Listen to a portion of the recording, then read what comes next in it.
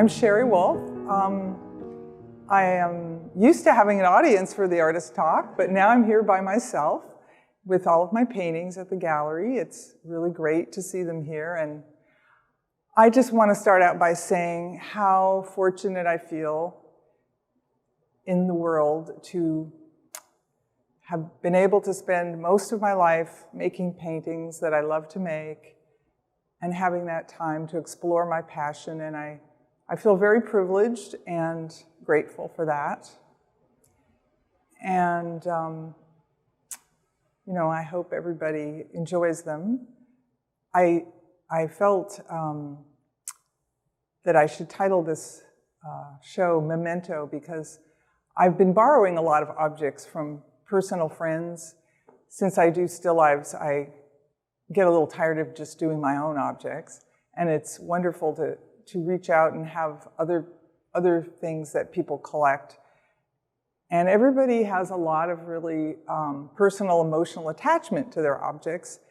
And you don't know that when you see them, but we all bring to objects in our surroundings our own personal histories and backgrounds. And some of them are, you know, part of our culture and have some universal meaning, and some don't.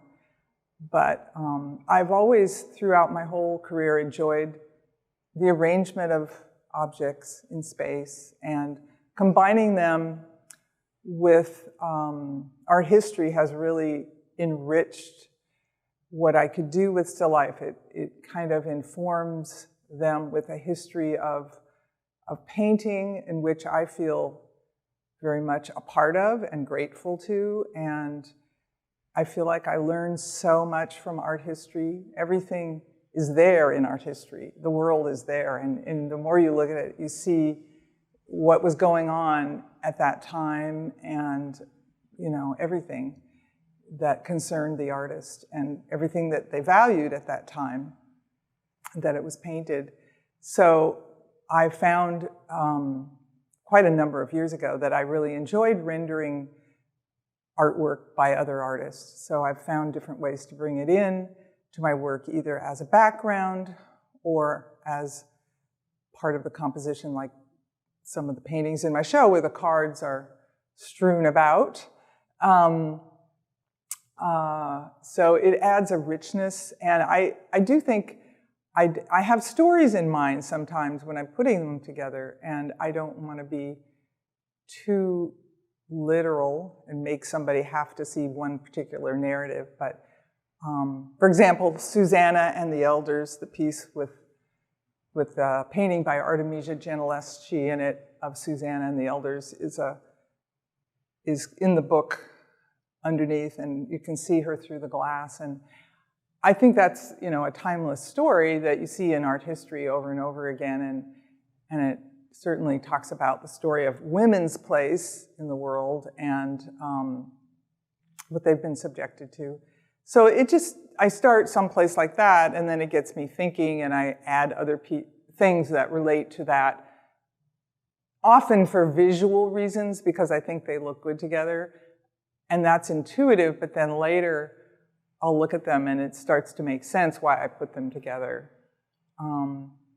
And I try not to judge it when I'm doing it, but you know, can't help but do that.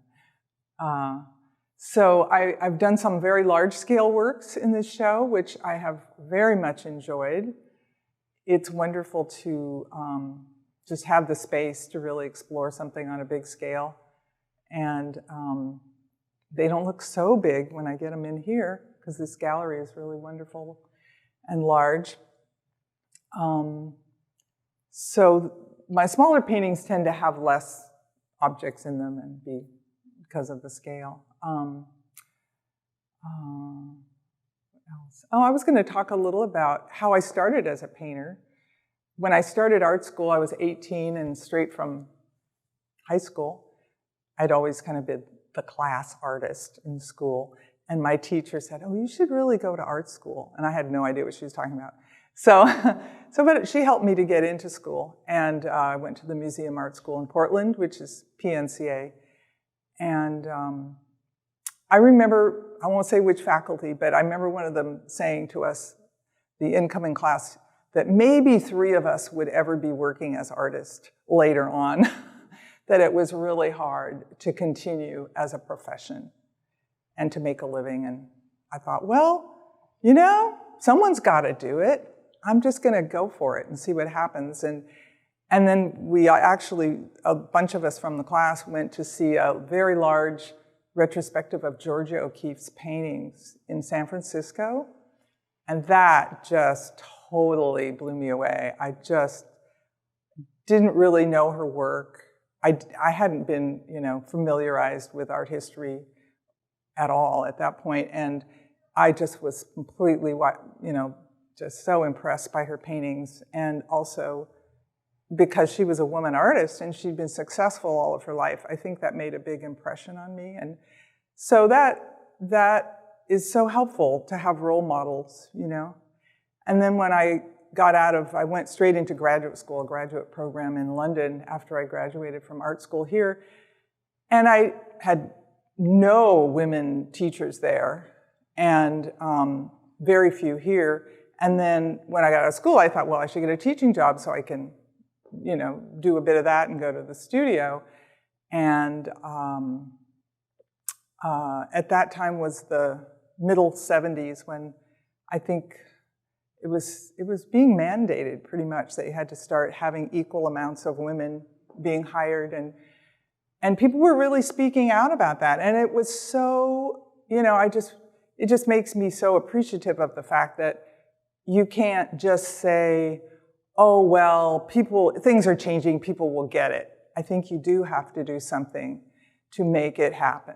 You know, you have to really fight for it. And I'd feel very fortunate about that too, you know, that I live in this world at this time.